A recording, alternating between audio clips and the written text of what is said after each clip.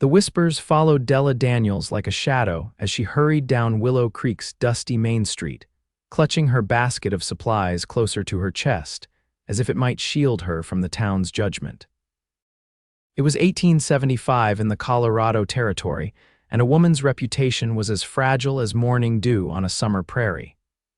Yet Della had shattered hers to pieces 6 months ago when she'd accepted Darius Thornton's proposal, the most feared and despised rancher in the county.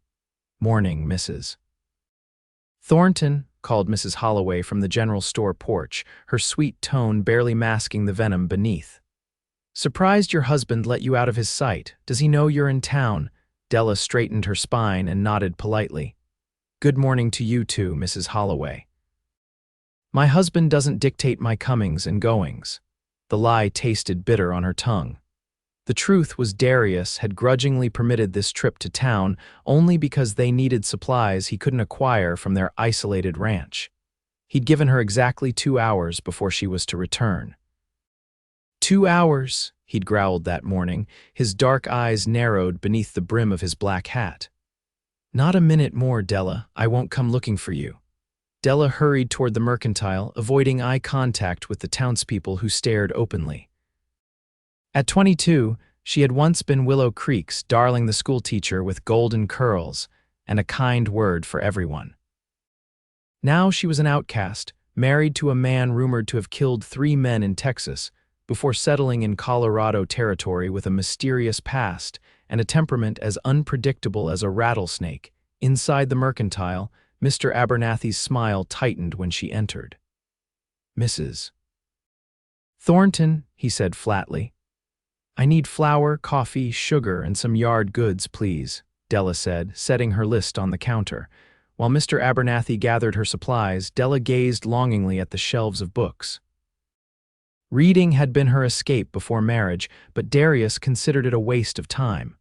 Her fingers itched to touch the leather bindings, to lose herself in stories far away from her harsh reality. "That'll be $4.65, Mr. Abernathy announced, interrupting her thoughts. As Della counted out the money, the bell above the door jangled. A tall man entered, removing his tan hat to reveal Son's streaked brown hair.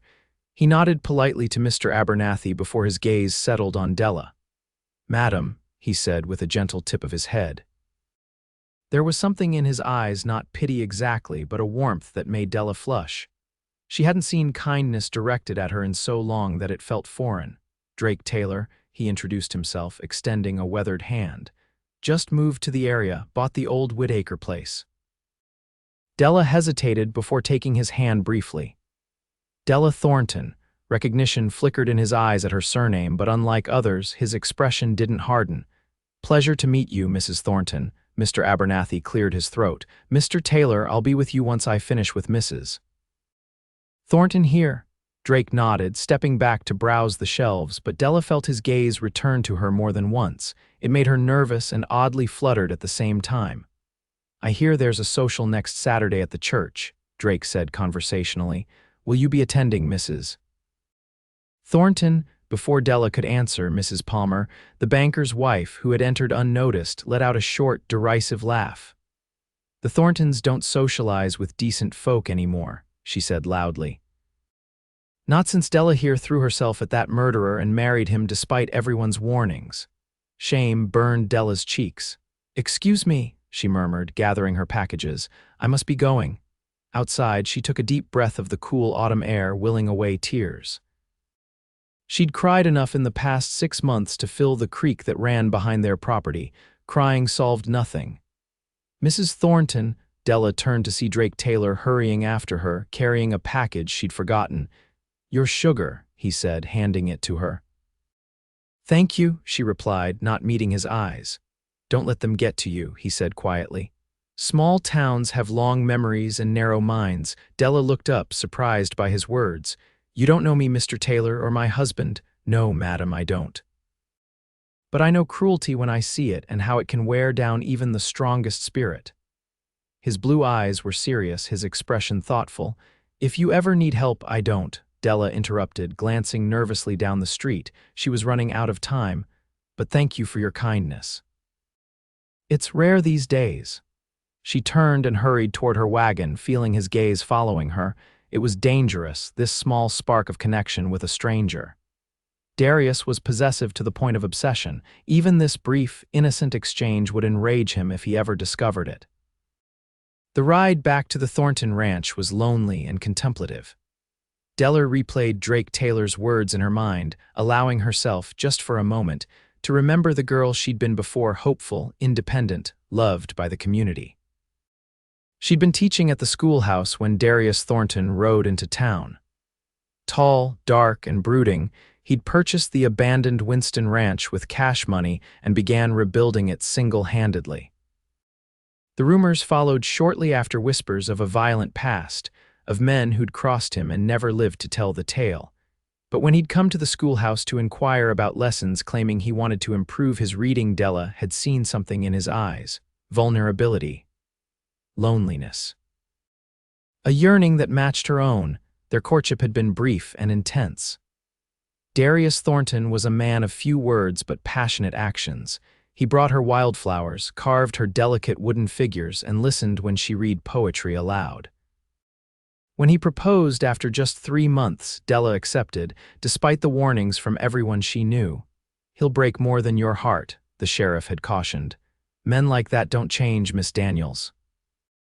But Della had been certain she could see beyond the hardened exterior to the wounded soul beneath.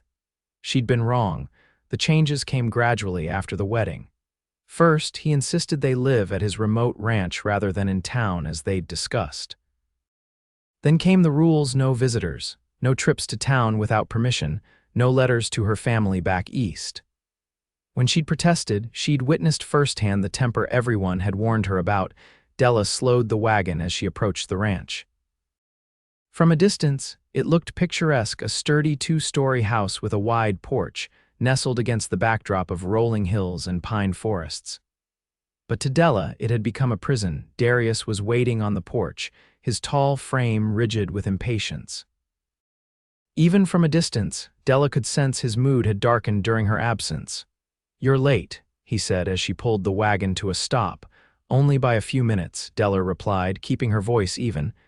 "Mr. Abernathy was busy with customers." Darius stepped closer, his dark eyes scanning her face as if searching for lies. "Who did you speak to in town?" "Just Mr. Abernathy," Della said, hating the fear that crept into her voice. She couldn't mention Drake Taylor. Something told her that would be a grave mistake. Darius helped unload the supplies, his movements efficient but tense. Della knew that tension well. It usually preceded one of his dark moods. She busied herself with putting away the provisions, hoping to avoid his scrutiny. "Emma Holloway's husband said she saw you talking to a stranger," Darius said suddenly, his voice deceptively calm. "A new man in town." Della's hands froze on the flour sack. "He was just being polite in the store. I forgot a package and he brought it out to me." Darius moved with startling speed, gripping her arm and turning her to face him. "And did this stranger have a name?" "Taylor," Della whispered. "Drake Taylor. He bought the old Whitaker place." Something dangerous flashed in Darius's eyes. "And what did Mr. Taylor want with my wife?" "Nothing. He was just being neighborly." Darius released her arm with a small push that sent her back a step. "I don't want you going to town anymore. I'll do the supply runs from now on." "Darius, please," Della began, but his raised hand silenced her. "My decision is final," he said, turning away. "I have work to do. Have dinner ready by sundown." As he stalked out of the house, Della sank into a kitchen chair, pressing her palms against her eyes to hold back tears. This was her life now: isolation, control, fear. She'd made her choice, and now she lived with the consequences, trapped by her own naivety and the unforgiving judgment of a town that had once loved her. 2 weeks passed without Della leaving the ranch. Autumn deepened, painting the surrounding hills with gold and crimson. Darius grew increasingly restless, disappearing for hours to ride the boundaries of their property or hunt in the foothills. On a crisp October morning, while Darius was checking the northern pasture, Della heard the sound of an approaching horse. Fear and curiosity warred within her as she peered through the window to see Drake Taylor dismounting from a chestnut gelding. "Mrs. Thornton," he called, keeping a respectful distance from the house. Forgive the intrusion, but I was passing by and thought I might check if you needed anything from town. Della stepped onto the porch, her heart racing. Mr. Taylor, you shouldn't be here. My husband is checking fence lines up north. I passed him on my way here, Drake said. I won't stay long, but I wanted to make sure you were all right. You haven't been to town in weeks. Della wrapped her shawl tighter around her shoulders. As you can see, I'm fine, but you must go before he returns. Drake studied her face, noting the fading bruise at her temple that she'd tried to hide with her hair. His jaw tightened. Did he do that to you? Please, Della whispered, glancing nervously toward the north pasture. Just go. Come with me, Drake said suddenly. Right now. I can take you to safety. The offer was so unexpected, so tempting that Della found herself stepping forward before reason reasserted itself. I can't. He would find me, and he would kill anyone who helped me. I'm not afraid of Darius Thornton, Drake said, his voice steady. But I am concerned for you. This isn't right, Della. The use of her first name startled her. It had been so long since anyone had spoken to her with such gentle familiarity. You don't understand, she said. It's complicated. It's not, Drake replied. No one deserves to live in fear. I've seen that look before in my sister's eyes before she finally fled her own brutal husband. He reached into his pocket and withdrew a small parcel wrapped in brown paper. At least take this. Della hesitated before accepting it. What is it? Open it later when you're alone, Drake said. And remember, if you need help, light a lantern in your upstairs window at night. I'll be watching for it. Before Della could respond, Drake mounted his horse and rode away, leaving her standing on the porch clutching the mysterious package, her mind spinning with dangerous new possibilities. That night, after Darius had fallen into a deep sleep, Della crept downstairs and unwrapped Drake's gift by the dying embers of the kitchen fire. It was a small book, Jane Eyre by Charlotte Bronte, and tucked inside its pages was a folded note. You are not alone. When you're ready, I will help you. D.T. Tears welled in Della's eyes as she traced the words with her fingertip. She had been so isolated, so devoid of hope, that this small gesture of kindness felt enormous. She hid the book beneath a loose floorboard under her side of the bed, where Darius would never find it. Over the next few weeks, as winter settled across the Colorado foothills, Della read her forbidden book in stolen moments. The story of Jane's resilience and ultimate triumph gave her strength she didn't know she possessed. Each night she glanced at the lantern sitting unused on her dresser, Drake's offer hanging in the air like a lifeline just beyond her grasp. Meanwhile, Darius grew increasingly erratic. Business dealings had gone wrong in Denver, and he returned from a trip there in a black mood that sent Della scrambling to avoid his wrath. When he discovered she'd mended his shirts with the wrong color thread, his rage exploded, sending dishes crashing to the floor and Della cowering in the corner. You do nothing right, he shouted, looming over her. I gave you everything, and this is how you repay me. With incompetence and disrespect, I'm sorry, Della whispered, the words automatic now after months of conditioning. Sorry isn't good enough, Darius snarled, grabbing her arm and pulling her to her feet. Maybe a night in the cold will help you remember your duties. Despite her pleas, Darius locked Della in the storage shed behind the house. The November night was bitter cold, the thin walls offering little protection against the mountain winds. Della huddled in a corner, wrapping herself in empty grain sacks, shivering uncontrollably as tears froze on her cheeks. In that dark, frozen space, something inside Della hardened into resolve. If she stayed, one day Darius would kill her, whether intentionally or through neglect. She thought of Jane Eyre fleeing Thornfield Hall, choosing the unknown over certain misery. By dawn, Della had made her decision. When Darius unlocked the shed in the morning, he found her nearly blue with cold but eerily calm. She accepted his gruff non-apology with downcast eyes, hiding the determination that now burned within her. That evening, after serving Darius the special dinner she'd prepared, venison stew laced with the sleeping herbs she'd been growing secretly in a window box, Della watched as his eyelids grew heavy. Once his breathing deepened into the rhythm of drugged sleep, she moved swiftly. She packed a small bag with essentials, took the money she'd been skimming from the housekeeping funds for months, and climbed the stairs to the bedroom. With trembling hands, she lit the lantern and placed it in the window, its light a beacon in the darkness. Then she waited, jumping at every creak and groan of the old house, terrified that Darius would wake before help arrived. An hour passed. Then another. Doubt began to creep in. What if Drake had been lying? What if he'd forgotten his promise? What if he'd moved on, tired of waiting for a woman too afraid to save herself? Just as despair threatened to overwhelm her, Della heard the soft sound of hoofbeats approaching. She peered through the window to see Drake dismounting in the yard below, leading a second horse behind him. Heart pounding, Della grabbed her bag and crept downstairs, pausing only to leave behind her wedding ring on the kitchen table a final message to the man who had broken her spirit but could not crush it entirely. Outside, Drake's face was grim in the moonlight. "Are you hurt?" he asked, his eyes scanning her for injuries. "Not tonight," Della replied, "but we must hurry. The herbs won't keep him asleep for long." Drake helped her mount the second horse, a gentle mare with sure footing. "We'll ride for my friend's cabin near Marshall Pass," he explained. "It's abandoned this time of year, but stocked with supplies. No one will think to look for you there." As they rode away from the ranch that had been her prison, Della felt a strange mixture of terror and exhilaration.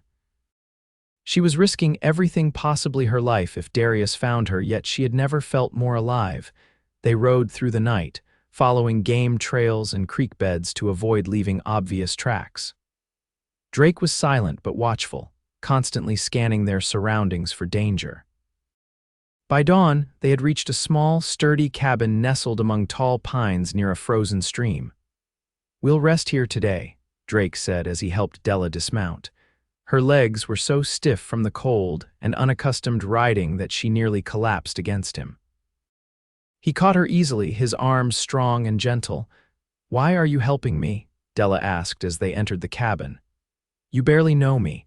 Drake lit a lantern, illuminating a simple but comfortable space with a stone fireplace and basic furnishings. "I told you about my sister," he said, kneeling to build a fire. "What I didn't tell you is that she died before she could escape her husband. I was too late to save her." Della's heart constricted at the pain in his voice. "I'm sorry. When I came to Willow Creek, I'd heard rumors about Thornton and his young wife," Drake continued. "Then I saw you in the mercantile that day, the way you flinched when someone moved too quickly, how you checked the time constantly, the fear in your eyes. I recognized it all." As warmth slowly returned to the cabin, Drake prepared a simple breakfast of coffee and biscuits. They ate in comfortable silence, each lost in their own thoughts. "What happens now?" Della finally asked, setting aside her empty cup. "That depends on you," Drake replied. "We can get you on a train east if you have family there who can take you in." Or he hesitated.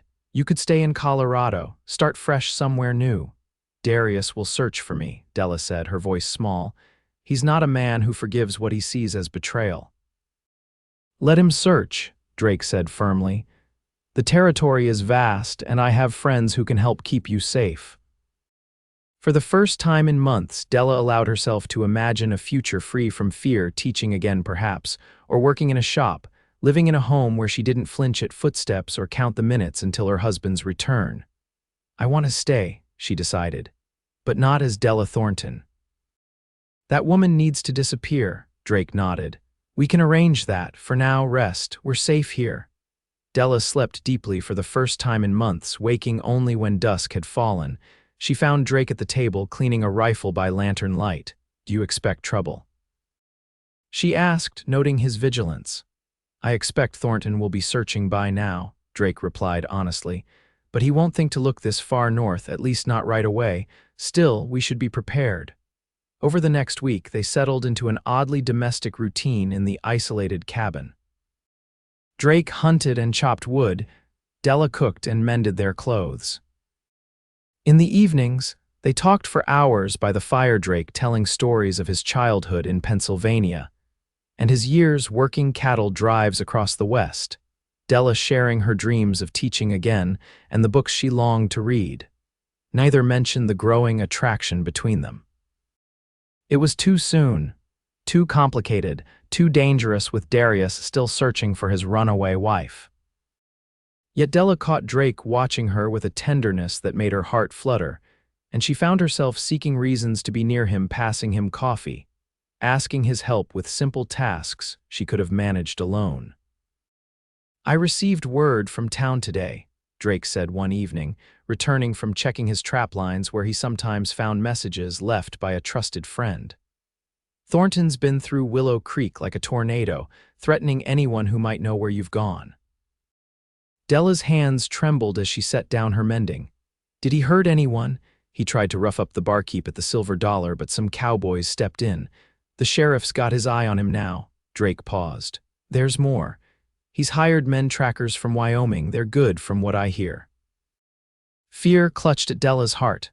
"Then we can't stay here." "No," Drake agreed. "We leave at first light.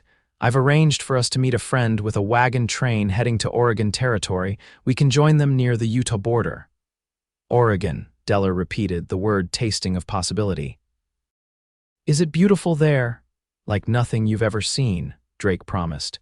"Green valleys, mountains that touch the sky, and the biggest ocean you can imagine stretching forever westward." That night, Della lay awake thinking of oceans and mountains and freedom. Of Drake's kind eyes and gentle hands. Of the future that might be possible if they could outrun her past. They departed before dawn, traveling west through mountain passes still treacherous with early winter snow. Drake was a skilled guide, finding paths Della would never have noticed, choosing campsites protected from the wind and hidden from prying eyes. 5 days into their journey, as they made camp in a sheltered canyon, Della finally gave voice to the question that had been haunting her. "What if he never stops looking for me?" Drake looked up from the fire he was building. "Men like Thornton eventually move on to new obsessions, but even if he doesn't, you can't live your life in fear of what might happen." "Is that what your sister did? Live in fear?" Drake's expression darkened with memory. Caroline stayed because she believed she deserved her husband's cruelty. That's what he convinced her, that she was worthless without him.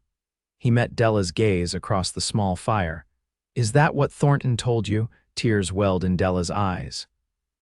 "He said no one else would want me, that I was lucky he'd chosen me, that I owed him my loyalty because he'd saved me from spinsterhood."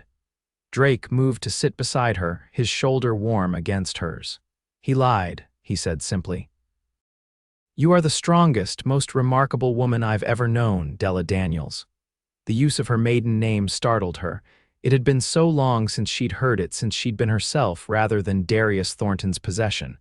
"How can you say that?" she whispered. "You've only seen me broken and afraid." "I've seen you survive," Drake corrected. "I've seen you find the courage to leave when most would have surrendered. I've seen your kindness, your intelligence, your resilience." His voice softened. "And if you'll permit me to say so, I've seen a beauty that has nothing to do with your golden hair or blue eyes, but everything to do with the spirit that shines through them." Della's breath caught as Drake's hand found hers in the firelight. His touch was questioning, offering rather than demanding. She turned her palm upward, entwining her fingers with his. "I have nothing to offer you," she said. "No home, no future, nothing but trouble following behind me." Drake's smile was gentle. "You have yourself, that's more than enough."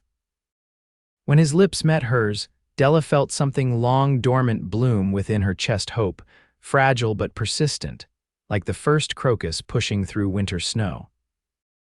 That night, wrapped in Drake's arms beneath the vast starlit sky, Della realized that she wasn't just running from something, but towards something as well, a life of her own choosing, with a man who saw her tears and waited patiently for her to find her strength again. Their journey to Oregon was arduous, but filled with small joys, mountain vistas that stole their breath. Evenings spent learning each other's stories, mornings waking to find themselves still safe, still together. By the time they joined the wagon train near the Utah border, introducing themselves as Mr. and Mrs. Drake Taylor, a necessary fiction for propriety's sake, Della felt as though she had lived several lifetimes since leaving Willow Creek. The wagon master, a grizzled man named Josiah Blackwell, asked few questions about the couple joining his train so late in the season. "We push hard to reach the Willamette Valley before the mountain passes close," he warned. "Can you keep up?" "We'll pull our weight," Drake assured him, and they did, Della helping the other women with cooking and child care, Drake assisting with hunting and repairs to wagons that broke down on the rugged trail. As weeks passed, Della began to believe they might truly have escaped. News from settlements they passed suggested Darius had extended his search throughout Colorado, but had no leads pointing west.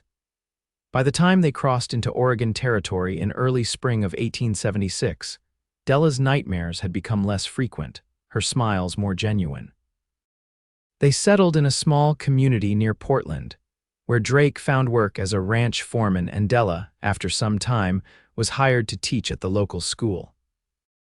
Their cabin was modest but warm, with windows that faced the mountains and shelves Drake built specifically for the growing collection of books he gifted her.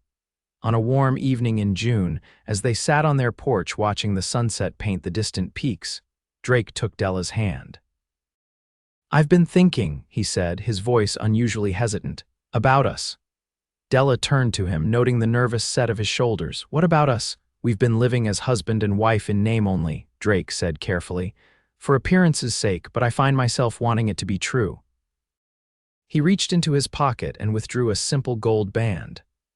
"I'm asking properly now. Della Daniels, would you do me the honor of becoming my wife, for real this time?" Tears welled in Della's eyes, not tears of fear or sorrow as had been so common in her past, but tears of joy, of belonging, of love found after despair. "Yes," she whispered, her heart so full it seemed impossible to contain. "Yes, I will marry you, Drake Taylor." They wed in a small ceremony beside a mountain stream, surrounded by wildflowers and the few close friends they'd made in their new community. No one there knew of Della's past, of the husband she'd fled or the town that had judged her harshly for marrying him. Here she was simply herself, a woman loved for her kindness, respected for her intelligence, cherished for her strength. Years passed, and their family grew, first with the birth of their daughter Emma in 1877, then their son James in 1879. Their home expanded too, as Drake's reputation as a skilled rancher brought opportunities and prosperity. Della returned to teaching once the children were school-aged, finding fulfillment in shaping young minds and encouraging young girls to value their independence. Sometimes, in quiet moments, Della would remember the frightened young woman who had once placed a lantern in a window as a desperate plea for help. She kept the book Drake had given her, Jane Eyre, now worn from countless readings, as a reminder of how far she had come. News reached them occasionally from Colorado. They learned that Darius Thornton had eventually abandoned his search, turning his bitterness toward gambling and drink. In 1883, word came that he had died in a saloon fight in Denver, a violent end to a violent life. Della felt nothing but a distant sadness for the troubled man she had once believed she could save. Her life now was too full of joy to waste on old ghosts. On their 10th wedding anniversary, Drake surprised Della with a trip to the Oregon coast, that endless ocean he had promised her, when they were still fugitives hiding in a mountain cabin. As they stood on the shore, waves washing over their bare feet, Drake wrapped his arms around her from behind. "Any regrets?" he asked, his breath warm against her ear. Della leaned back against his chest, watching their children chase seagulls along the water's edge. "Not one," she replied truthfully. "Every step of the journey brought me here, to you, to them, to this life we've built." "Even the painful parts, even those," Della said, "they taught me my own strength." Drake turned her in his arms, his eyes reflecting the same love she'd glimpsed that day in the mercantile so many years ago. "You were always strong, Della Taylor. I just had the privilege of being the man who waited while you discovered it for yourself." As the sun set over the Pacific, painting the sky in hues of gold and crimson, Della kissed her husband, this man who had saved her not by carrying her away from danger, but by believing she was worth saving, by seeing her tears and waiting patiently for them to dry, by loving her through her brokenness until she could love herself again. The town of Willow Creek had mocked her for marrying the harsh cowboy, never knowing they were right to worry, but for all the wrong reasons.